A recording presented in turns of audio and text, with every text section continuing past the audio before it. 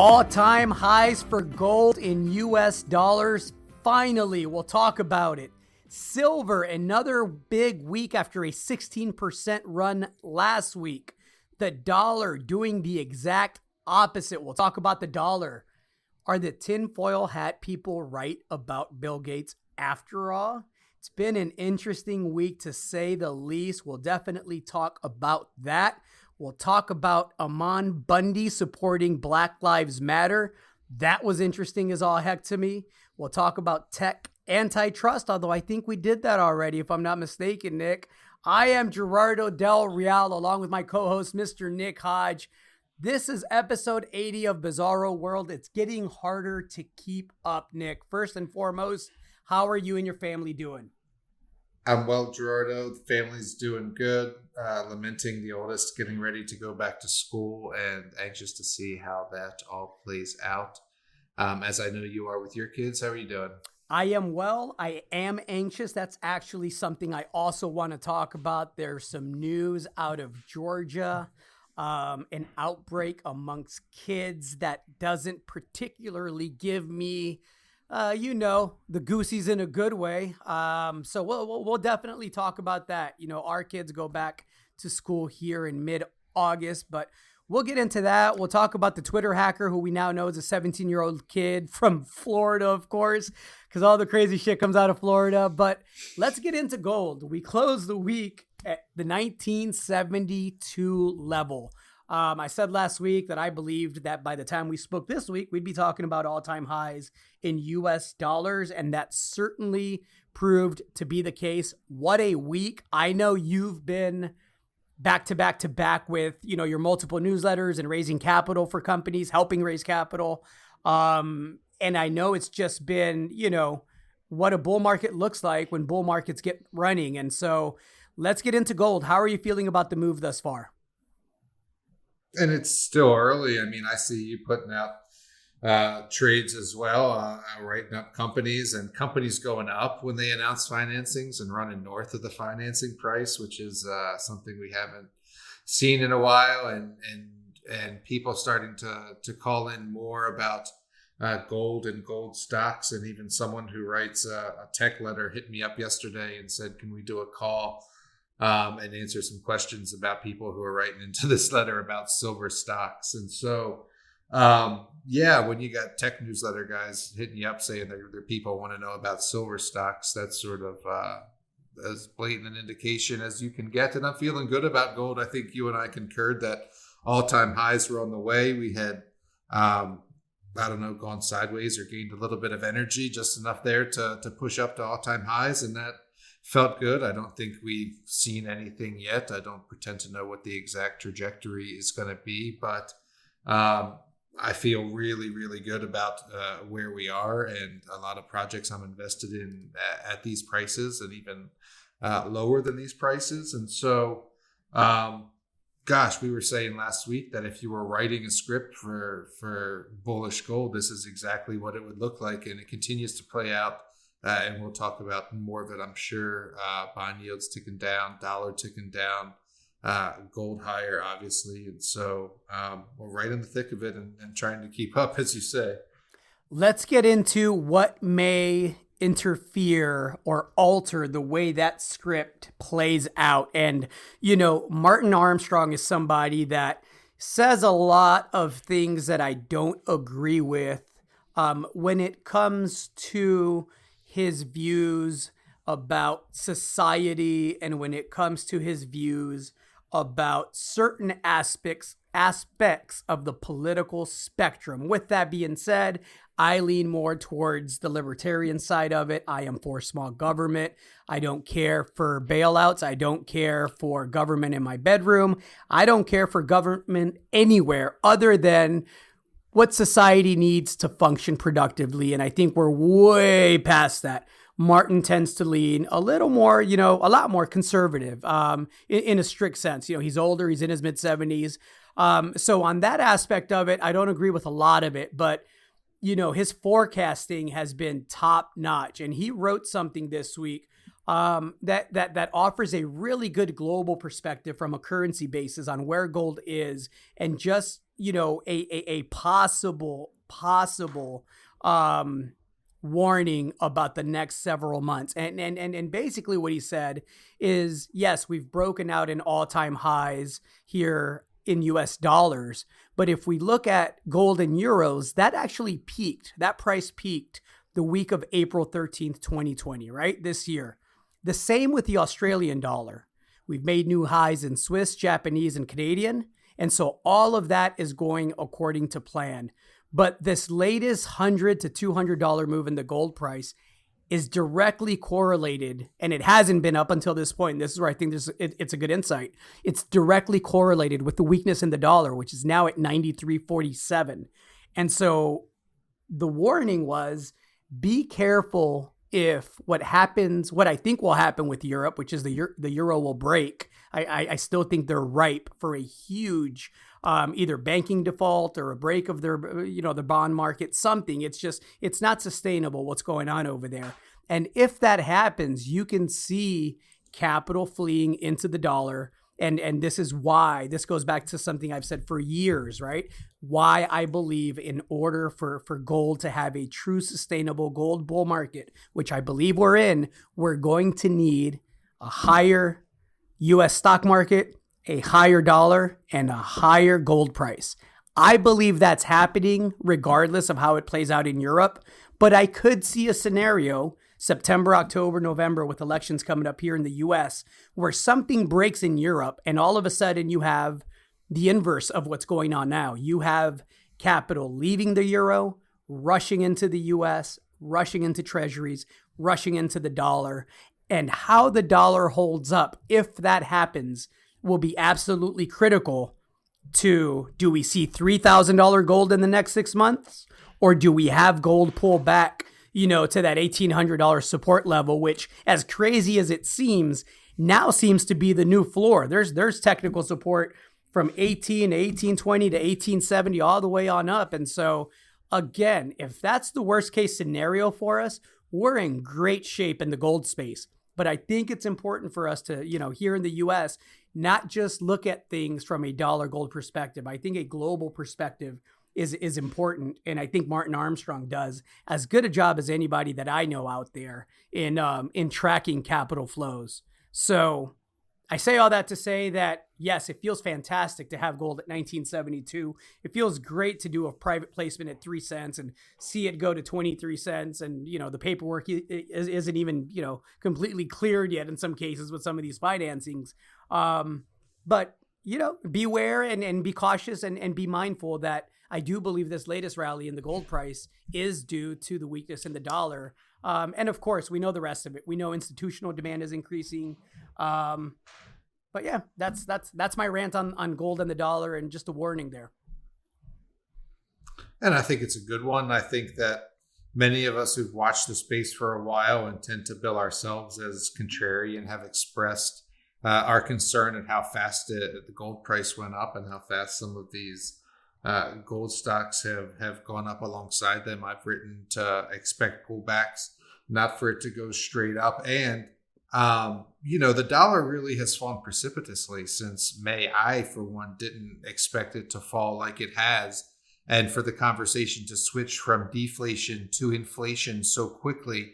But nonetheless, that's exactly what has happened. And I was just looking at the DXY chart yesterday when I was writing the weekly letter Early Advantage, and I couldn't foresee, I had no insight, anything as to where the chart was going next. I think I wrote, I don't know if it's falling off into jagged rocks or it's going to land on a trampoline, I think is something I wrote to that effect. And so I too can see that scenario, right, where the dollar that turns itself back around. What was, Martin's forecast for gold? Was he saying that if that pullback materializes, it's to like the 1800 level, like you're saying? Because that's sort of what I meant by I'm feeling good about where we're at. I mean, sure, it feels good to hit a record, but it feels good to know that even a pullback is several $100 above where many of the companies your long-term holdings have done their economic studies at the price inputs, right? Absolutely. And so here is the forecast. And again, I encourage everybody. I don't mean to freeload off the guy's work. I want to make sure that I'm giving him credit. The website, we'll put up a link to the website to where you can go, and he's got some subscription based stuff that is really, really sharp as far as forecasting. But, he believes that in terms of gold nearest futures, you have support at 1893, you have support between 1841 and 1854, and then 1800. I mean, you got to break through both 1893 and the 1841 and 1854 level just to get down to 1800. And again, if that's the new floor, we're just getting started, And that is as exciting to me. I agree with you, Nick, as the fact that we broke out to new all-time highs. And that's kind of what I'm trying to emphasize is, more importantly, we're putting in some technical support that just 2 months ago, we would cross fingers and toes for, right? Oh, goodness. Absolutely. So, point well taken. The election is going to play a role in what the dollar does. Republicans want to spend $1 trillion. Democrats want to spend $3 trillion. This still isn't stimulus, by the way. This is still relief, delayed relief, by the way, because they can't seem to agree about where to spend and how much to spend. They just agree on the fact that both sides want to spend.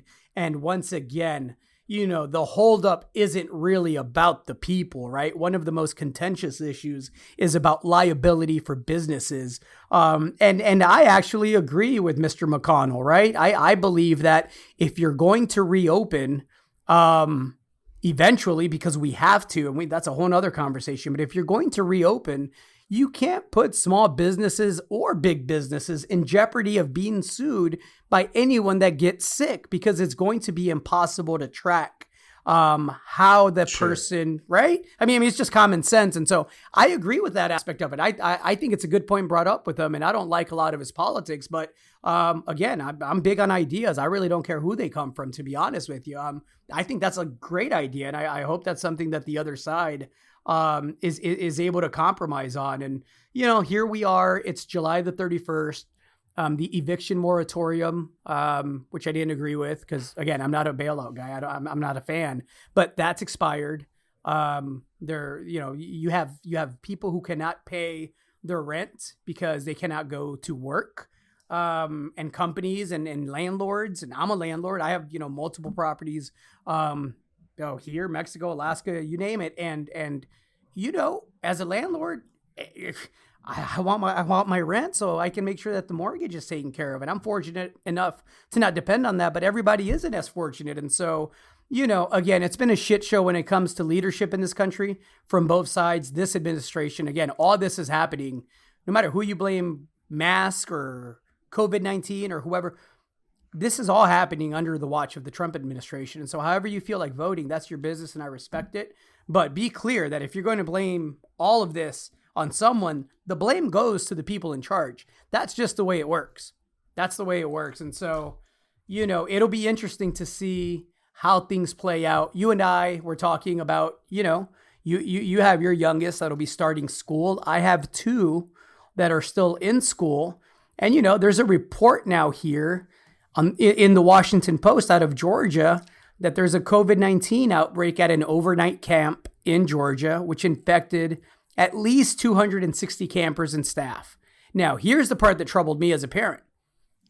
51% of those positive tests were between the ages of 6 and 10.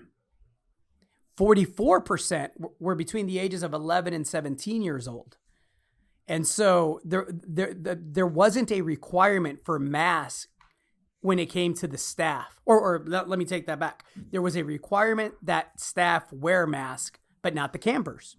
And so out of the 597 campers and staff, 344 were tested, and 76% of those tests were positive. 26% of the positives reported no symptoms. I was just going to ask about the symptoms. What was that number again? 26% of the positive tests reported no symptoms. So 3/4 had symptoms, in other words. Correct. and 95% were kids between the ages of 6 and 17. Guys, like, you know, as a country, as a parent, as somebody that, you know, this is not good. And I mean, this isn't a sample size of 5 or 10 or 20. Yeah, 597 campers and staff and 344 tested. It's a pretty damn good sample size. From everything I've read so far, and I'm careful because we're not doctors. Exactly. You know, As am it seems like kids have not exhibited symptoms at that rate, at that 75% rate that you were just talking about. It seems like they're less symptomatic on the whole. And so if that many of the group were showing symptoms, and I'd be interested to hear how severe, then that would be very interesting to me, because my understanding of this virus so far is that kids can carry it and transmit it, but on the whole have largely been unaffected symptom wise. And so I have to read more about that story, but the kids are a big piece of this, and getting back to normal is obviously the piece to this. And so I don't know, I guess it's a good conversation to have, because you look at something like Major League Baseball, which we were just talking about last week, trying to get back to some sort of normal. And right out of the gate, you got multiple members of the Marlins testing positive, and then multiple games canceled, and then other teams saying, hey, the schedule's now already jacked up. Is this season even valid? Are we going to be able to finish? And that's sort of, you know, what I've been talking to my parents and my wife about, as far as the kids going to school. Like, what happens when, you know, one of the teachers gets it? What happens when one of the kids gets it? How long are they going to have to shut down? What's the protocol going to be?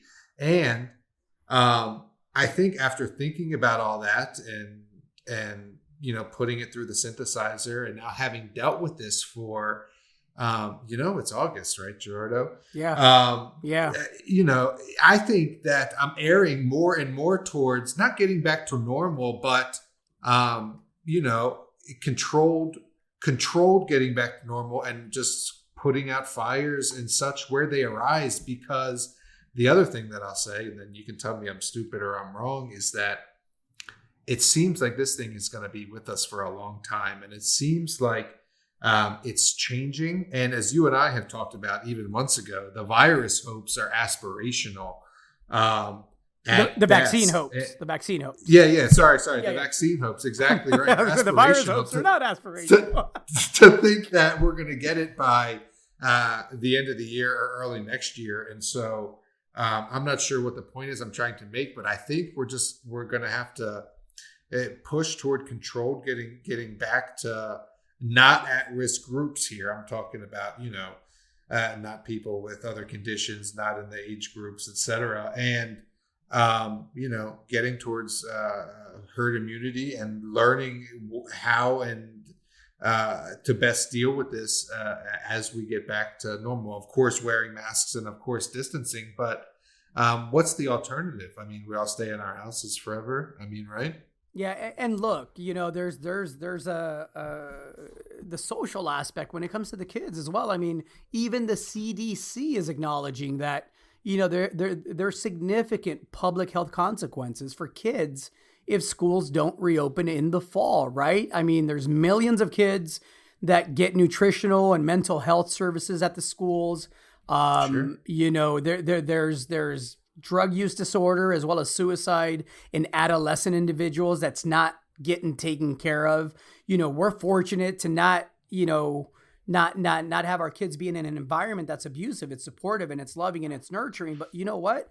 I didn't grow up in the most stable of homes at all times, right? And going to school was a relief, and having that lunch was a relief, and having that, you know, being able to socialize with friends at times was a relief. And I can't imagine for kids that don't have supportive homes or supportive parents, or they come from a broken home, or are in like foster care, for example, having to sit another year. And so, I mean, there's so much. None of this is easy. Dr. Fauci testified this week again that he's incredibly optimistic that before year end we have a vaccine. But again, you and I aren't doctors, but we know viruses change, they mutate, they do different things, and so a lot of tough questions. I've had some listeners of the podcast send in some good articles. I haven't responded, but I have read and listened, so I appreciate that. Keep sending those in. Just trying to have a conversation here and trying to do the right thing. But it's tough. It's there are no easy answers on this one. No, and I think common sense goes a long way. And unfortunately, there hasn't been an abundance of common sense around. And those that have taken common sense precautions, I think have turned out and are doing okay. And so, I certainly am not an anti-masker, and I don't think we should run headlong back into restaurants, et cetera, et cetera. And I'm not one of these kill my grandma for the economy people, but, selective controlled reopening is going to have to be the path forward. Otherwise, like you say, the other consequences are going to, have more impact, right? Agreed. Let's go back to the markets for a little bit, and then we'll talk Bill Gates and why the tinfoil hat people might be onto something here. Silver was up 16% last week when we talked about it. So 2 weeks ago now, and this week it went from 2270 to over 2435. Another impressive week, and again the trading action. Every time gold and silver got pushed down in overnight trading, it came back and was extremely resilient. So you gotta like the trading action in silver. I like the trading action in silver. How are you feeling about that? So, the silver stocks move very fast. And so I obviously like that. And I've been fortunate to pick some at good times, whether that was MAG earlier in the year or like Hecla, which we talked about on the podcast, I believe it was last week. And so I certainly like silver. I like the velocity with which it moves, but I'm not married to, any metal for one, but I'm not married to the reasons people like silver, like some are. We've also talked about silver stackers, right? And I don't know what you're going to talk about with the conspiracy theory, but there's a lot of people that like silver for doom reasons and conspiratorial reasons, etc. That aside, I like where silver is, and I'm looking for more silver plays, and I guess that's about it. But we always say that it moves later but faster, and I think you're might be about to see some of that. I absolutely agree. Let's get to my Bill Gates conspiracy theory. So, one of the things where I mentioned Martin Armstrong, and I mentioned that societally he has some opinions that I think are a little bit extreme, and maybe I'm wrong, and it is what it is. But one of his big themes is he thinks Bill Gates is trying to microchip us and send us off the deep end, and further socialism, which is funny given what the Trump administration and both sides of the aisle have done to this country as far as policy goes, whether it's economic or social policy. Another discussion for another day. But that I don't do I believe that Bill Gates is using his wealth to advance his wealth by trying to beat every pharmaceutical company to the punch and come up with a vaccine? Absolutely. Because I believe Bill Gates to be the capitalist that he's shown himself to be, right?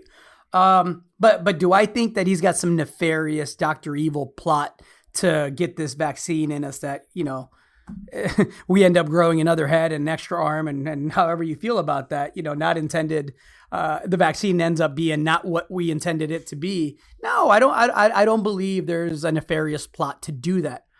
However, it's interesting to me that right before we get on this podcast, we've seen the escalation between the US and China and the rhetoric there. And, it's obviously going in one direction. Tensions have been heightened and continue to be. the U.S., the Department of Defense, has come out and said that, TikTok is a national security threat because of the way that the app is structured and the information it can collect and how concerning that is. They actually said TikTok poses a threat to national security. So what headline breaks just as we come on to do this podcast? Microsoft said to be in talks to buy TikTok. Just as Trump is considering banning this thing. And now I understand that Bill Gates stepped away from Microsoft and removed himself magically from the board months ago to make sure that there were no appearances of impropriety as he went to develop his vaccine work, right? And again, him and Melinda Gates have done a lot of work that I am a huge fan of. They almost single-handedly got rid of malaria in a very cheap and effective and efficient common sense manner. But I can't help but believe a little bit, Nick, that the China connection with TikTok and the escalation of tensions between the U.S. and China and this rush for the vaccine are somehow related. I don't know how. I can't tell you. I'm not that smart. I'm not privy to this, right? I don't run in those circles. But it just all seems odd to me. I don't know. Something there is off to me. Why the rush to come in and buy it now? Well, especially if it's a national security threat, and what would the government have to say about that, right? I mean, they would have to obviously get approval to make the acquisition, and given what's going on with Huawei and the Trump administration's position on China and spying and using technology to do so.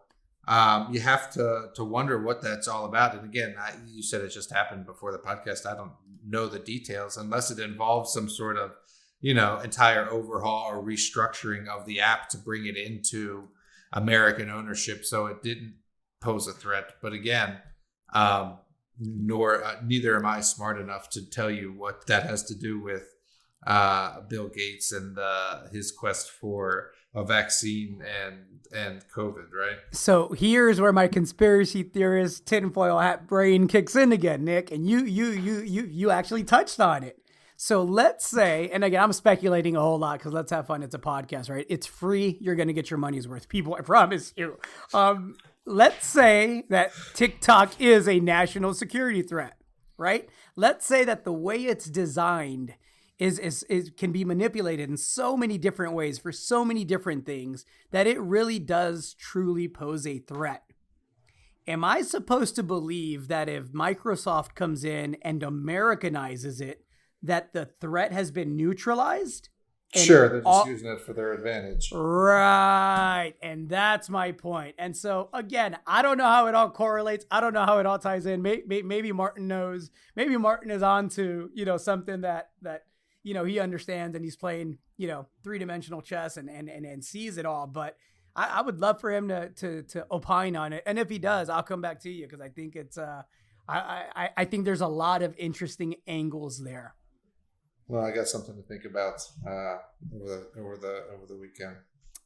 Here's something else to think about. Keep my tinfoil hat on, although this one isn't a conspiracy. This actually happened. Eastman Kodak. Are you familiar with the stock? I'm sure you saw it. Gerardo, I've been to the facility in Rochester. There you go. Talk your shit, Nick. Tell them about it. It's the world famous Nick Hodge, everybody. Who do you think we got on here? So, of course, you've been to the facility. So, I'm sure you saw that the company was bankrupt for all intents and purposes, right? It was bankrupt. It was done. It was $100 million market cap for perspective. Right. And then magically, on Tuesday, we find out that the government, meaning us taxpayers, one way or the other, was going to extend a loan of $765 million to 7 times the market cap. 7 times the market cap to begin drug production. And so Kodak doesn't produce drugs. Kodak doesn't produce drugs. Kodak doesn't produce drug manufacturing equipment. Kodak doesn't produce drug manufacturing equipment. Guys, if you have pristine credit and you want to go get a mortgage loan because you want to take advantage of those 2.88% interest rates and 3.5% on the jumbo loans, boy, the hoops you got to jump through. It's not impossible, but it better be pristine credit or you're not getting it, buddy, because we're in the midst of a pandemic. But these guys were able to get a $765 million loan to do something they don't do.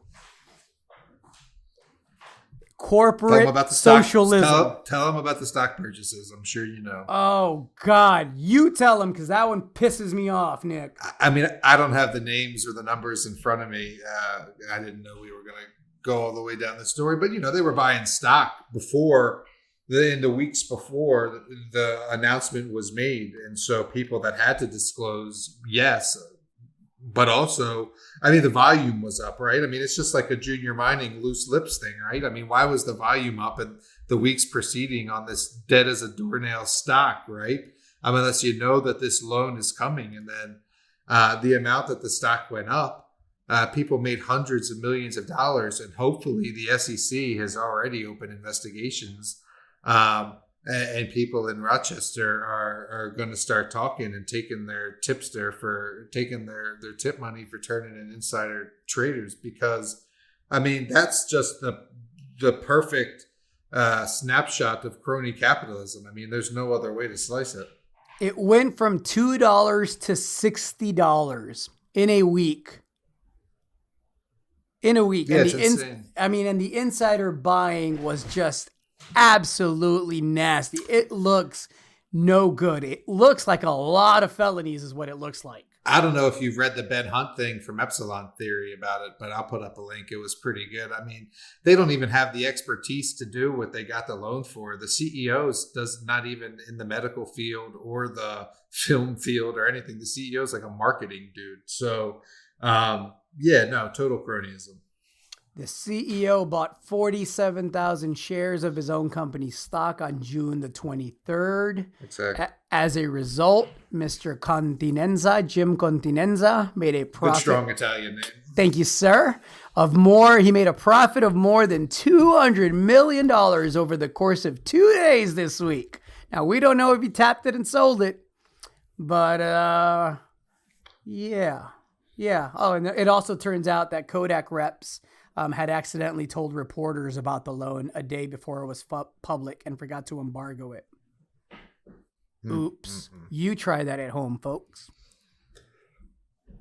Crazy times. Interesting times. Another bizarre, though it actually makes sense if you're a rational thinking human being who can differentiate between saying Black Lives Matter because they fucking do, and also at the same time entertain the thought that Black Lives Matter as a political organization is a completely different vehicle, and there's some issues there, right? And again, when I say Black Lives Matter, and I'm in support of the protesters protesting peacefully because the Constitution grants protesters that right peacefully.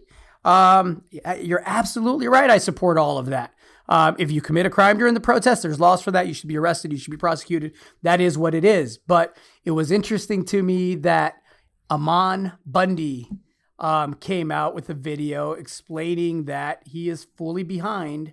He pledged solidarity with the Black Lives Matter movement. Again, not the organization, the movement.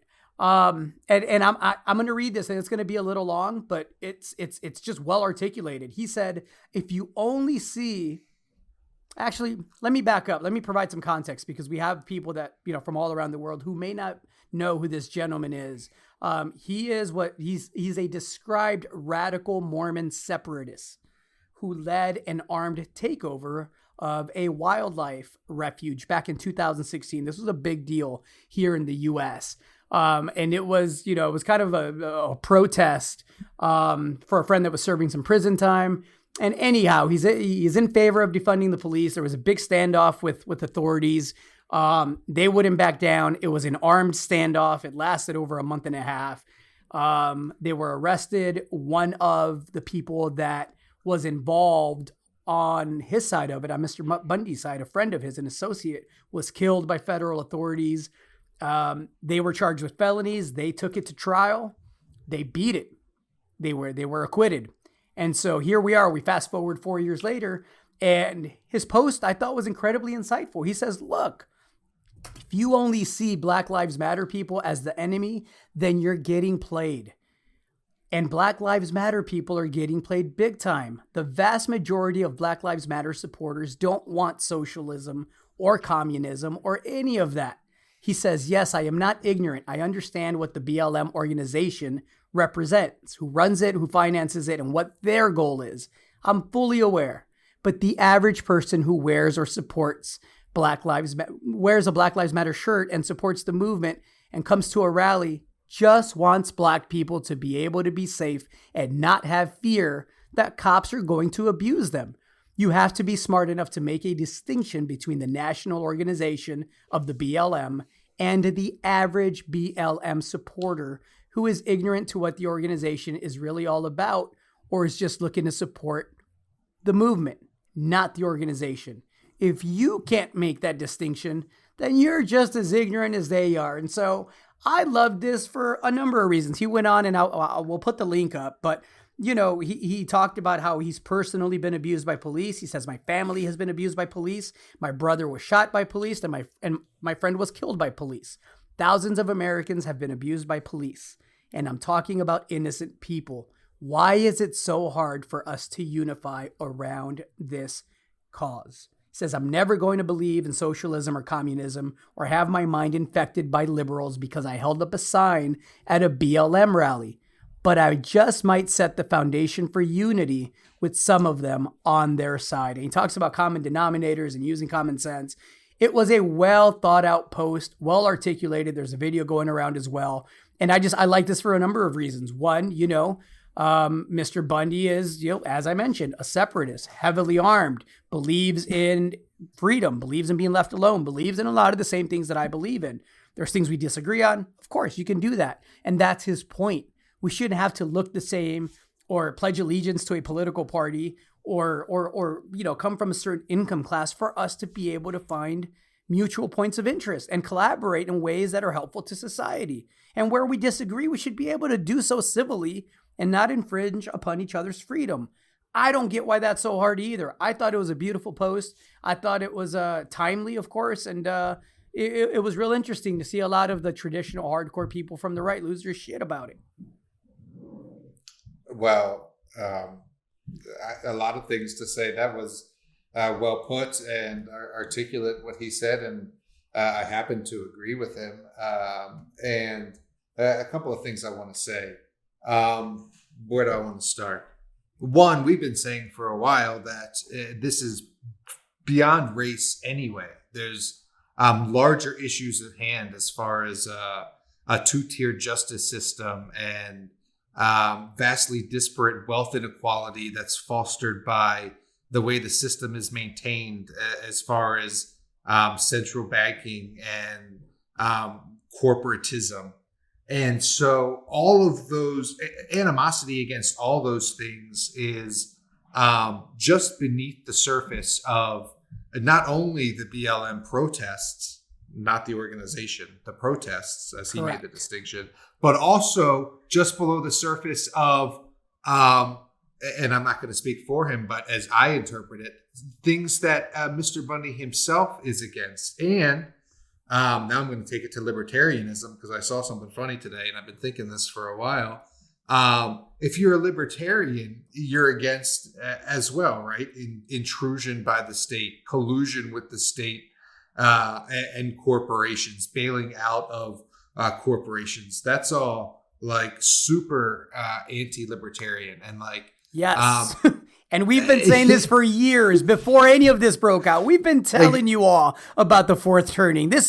We didn't get woke when this all popped off, everyone. You go back to episode 1.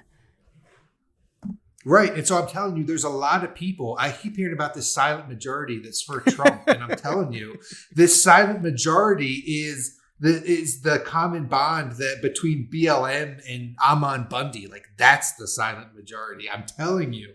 And I was going to talk about militias for a second because you've seen a lot of militias, really the most since the Ammon Bundy thing went down a couple of years ago, whether that's people marching in Michigan on the State House, which I supported. Absolutely. They had every right to do it.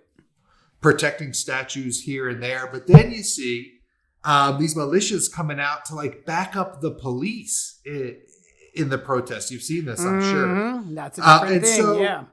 When I see this and I see some of them flying like the "Don't Tread on Me" flag, I'm just wondering how they got so far off track in their beliefs that they're flying "Don't Tread on Me" flags and supporting the police against the protesters. Against the people treading on you. Exactly right, man. And so when I saw the Ammon Bundy thing, I was like, well, he totally gets it, obviously, because, you know, if he's libertarian leaning and these people are against the police, like libertarians are against police coming into your house and killing you in your sleep, right? And so, of course, they're on the same side as BLM because it's not just a race thing, like I've been saying. It's a X, Y, Z thing, all those things that I just said. And anyone, at least as I see it, with a centered moral compass and a unkiltered worldview has to see that, right? You would think. I love how he ended this. He says, I want to bring attention to the fact that our police agencies are giant bloated bureaucracies full of unimaginable waste and corruption, and it needs to be fixed. Saying that we need to eliminate waste and corruption in our police agencies is not the same as supporting the abolition of police. Exactly. And it was well said. And then he goes on, I have to read it. It's important. But I know that people will hear what they want to hear and not what you actually say. Fake news and professional spinsters who are just liars will write false headlines to spread lies and say things like Ammon Bundy aligns with the BLM in an effort to defund the police. And ignorant people will read those headlines and think that I hate cops and want to abolish the police or something like that. Like I already said, nothing can be further from the truth. What I want is what most rational and free-thinking people want. I want freedom to live the life that I want without fear of my government oppressing me or physically assaulting me. Patriots want that. And guess what? Many people within the BLM movement just want the same thing. They're not all communists. Well said. And it's why you had protests in over 1,000 U.S.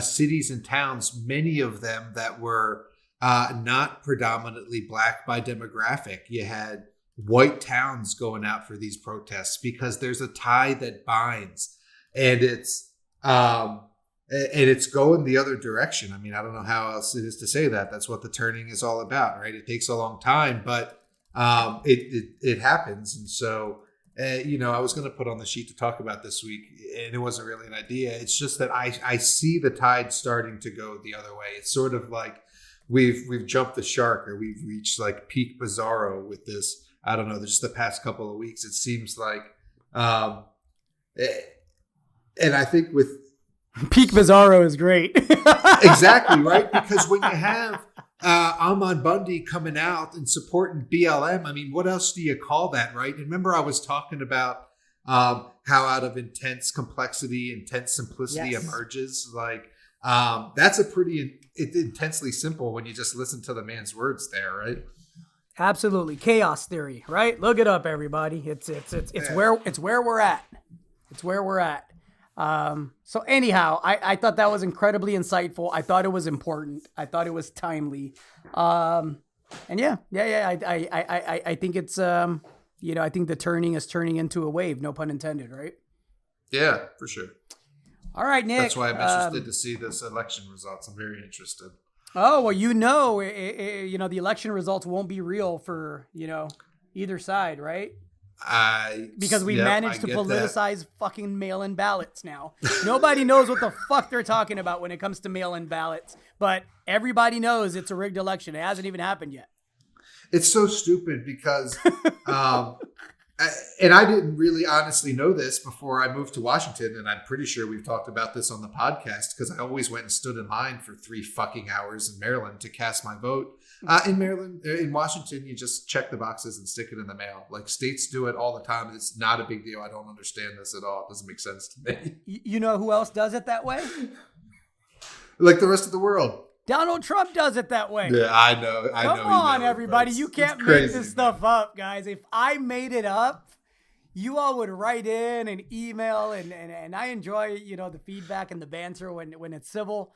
And you would write in, you would say, that's crazy. That could never happen. What kind of parody is this, right? There was a movie from a few years back called Idiocracy, and it was a satire. And now it's like a documentary. It's crazy times, man. Yeah, it's crazy, man. Anyhow, let's wrap it up with the markets, Nick. Hey, look, there's no other way to put it. It's been a heck of a week. It's the kind of week where if all you've been doing is resource stocks for 4 years, 5 years, 10 years, 15 years, however long, but you have your finger on the pulse, it's like shooting fish in a barrel, right? Making money is not hard right now. We talked last week about how it's going to start being a stock picker's game, and how Mr. Dides. What did Mr. Dides say? Hey, you can pull it up.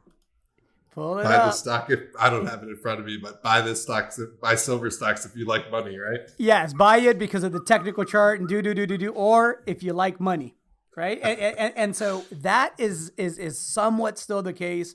But as we said last week, there's also a lot of names that you're starting to see this week.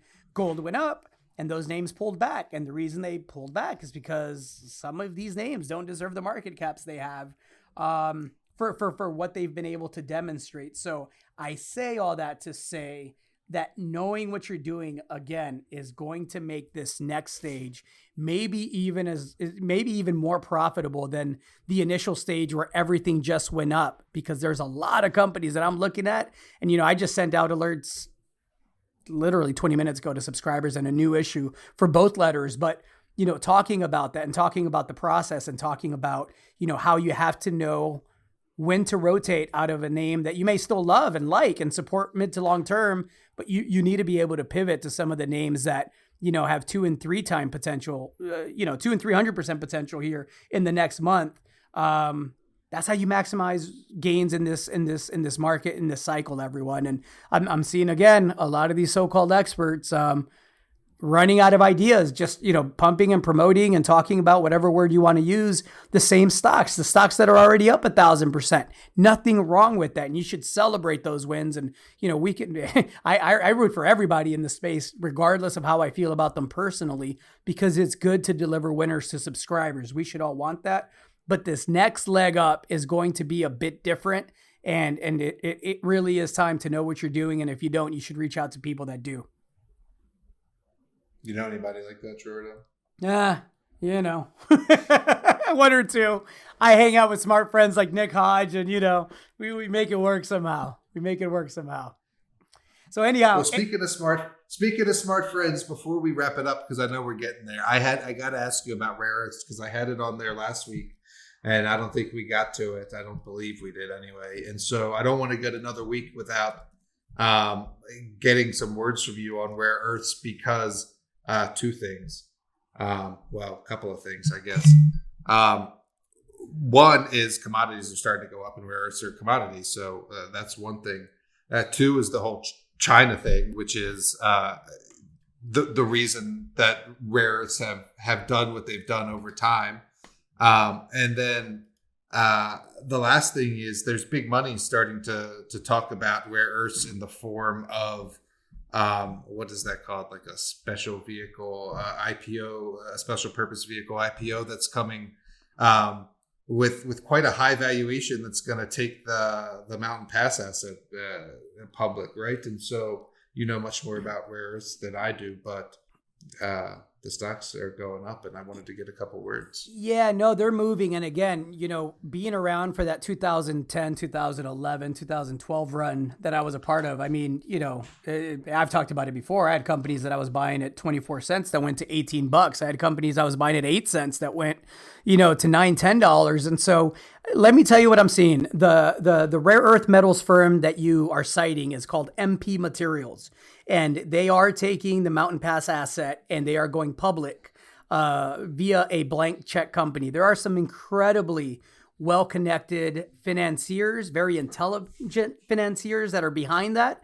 And that's true because the valuation is coming in at $1.5 billion. And so, keep in mind, Mountain Pass is a mine that went bankrupt during the last rare earth boom and bust cycle, and was privatized. And so here's what I'm seeing. The tensions between the US and China are real.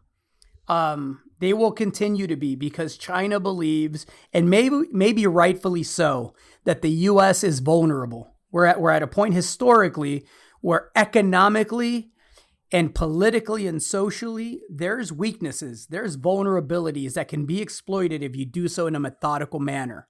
And controlling the critical metal supply chain and knowing when to apply that pressure is something that, look, China's weaponized rare earths and their supply chain, and it's why Europe is in such a hurry to develop an independent critical metal supply chain. It's why Japan continues, to try to break China's grip on rare earth production. It's why, Silicon Valley money is coming in to the tune of, hundreds of millions and billions of dollars to try to nationalize, that's the word that I'm going to use, the rare earth production and create a domestic supply chain here in the US.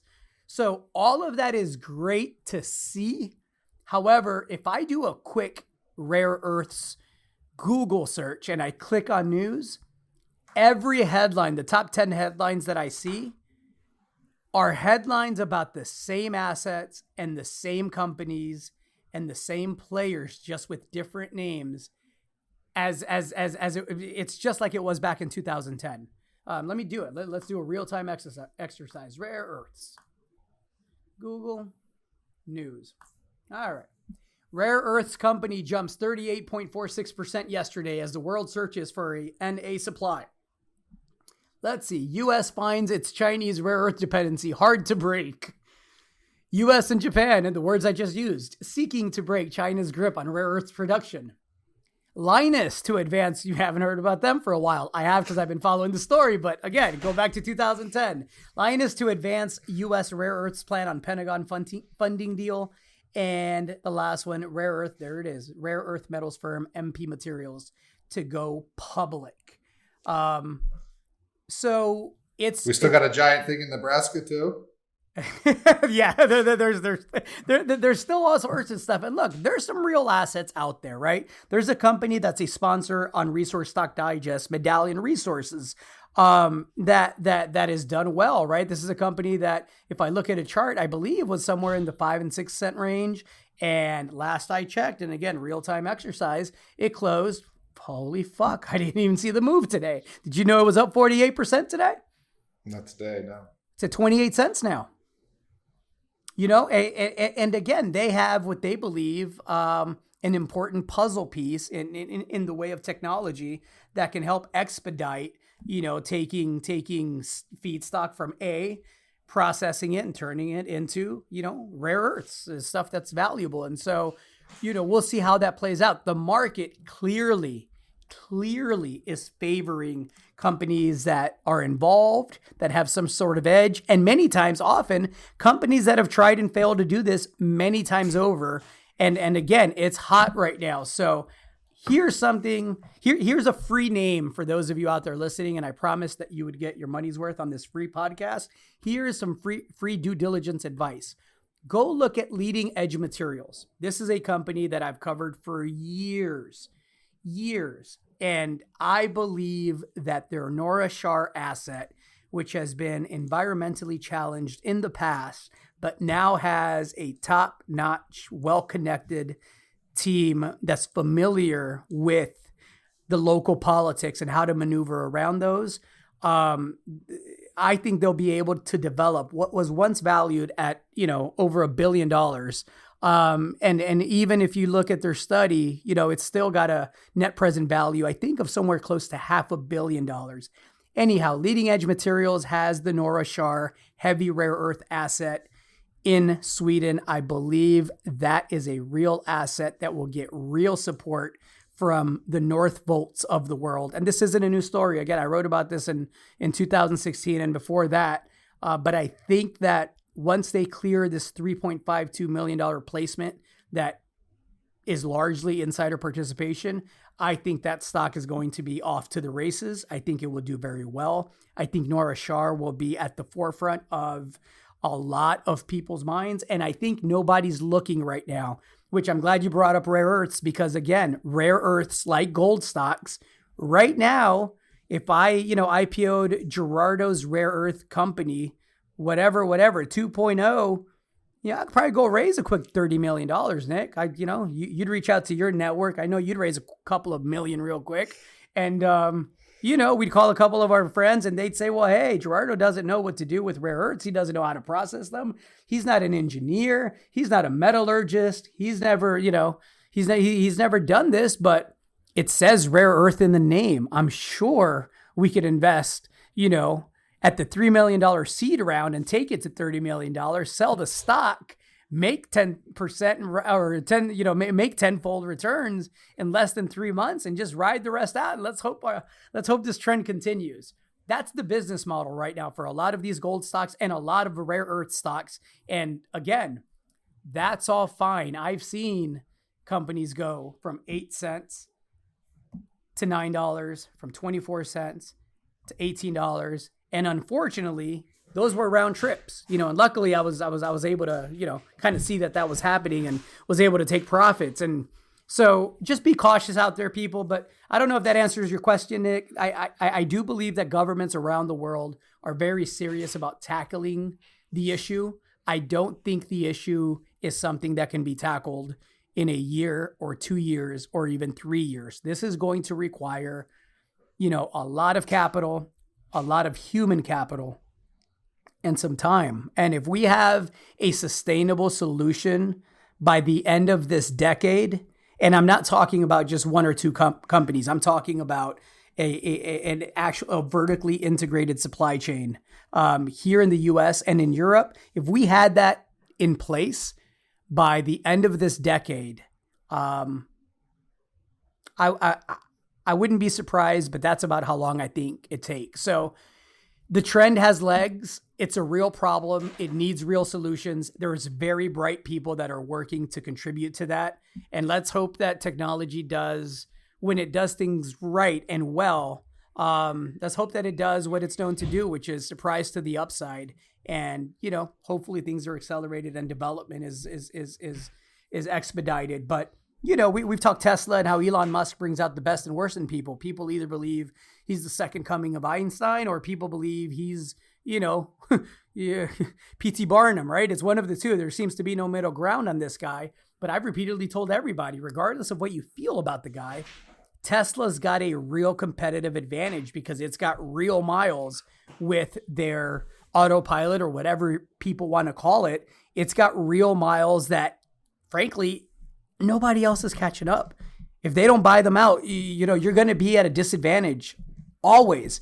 You lost. You're not making your own batteries. You don't have the data that the company has, and you can't simulate that in a model. You can't put that in an algorithm and come out with real outcomes. You can model all you want. It's different when you have the actual data from real miles. And I think that's why everybody will always play catch up to Tesla unless, they all learn to play nice in the sandbox together. So, well, and he might be in a sexual relationship with Bill Gates, and so may or may not be involved in the conspiracy theory with COVID and the vaccine and the silver. So, who knows? And someone was telling me, to your point about Gerardo's rare earth company, that they thought I might have helium on my land, and so you have a rare earth company, and I'll start a helium venture, and we'll see how it goes. You remember our blockchain picture from way back when at the New Orleans conference? We were telling everybody that we were raising capital for a blockchain company, and people were interested. They were eager. And then we just showed them a picture, and it was a picture of a brick with a chain wrapped around it. And, I think it spoke to the eagerness of people to chase trends. A lot of money to be made chasing trends, folks, but just remember to take some off the table. Do something nice for yourself. Buy something you wouldn't otherwise buy. Invest in something you might not otherwise invest in. And, just be smart about how you play it, folks. Don't hold everything forever, because it's what's the line about the burning matches that our friend likes to use, Nick? That's it. All the junior mining stocks are burning matches, and if you hold them long enough, you're gonna get burned. There you go. So I don't know if that answered your rare earth question, but yeah, no, it's a real problem. It needs real solutions. Smart people working on it. Let's see if we can make some money with it. But I think leading edge materials, which has other assets that I really like, by the way, is an excellent way to play it, and a company that hasn't participated in the run up that I think will very soon. Sometimes when we touch, the honesty's too much. It's the state of the world. That's it. That's the state of the world, everybody. I'm going to send you off with a song from Nick. I'm Gerardo Del Real. It's been a blast here with Mr. Nick Hodge. This was episode 80 of Bizarro World. Be safe, be nice, be kind to each other, and if you disagree, do so civilly, everybody. Take care. See ya.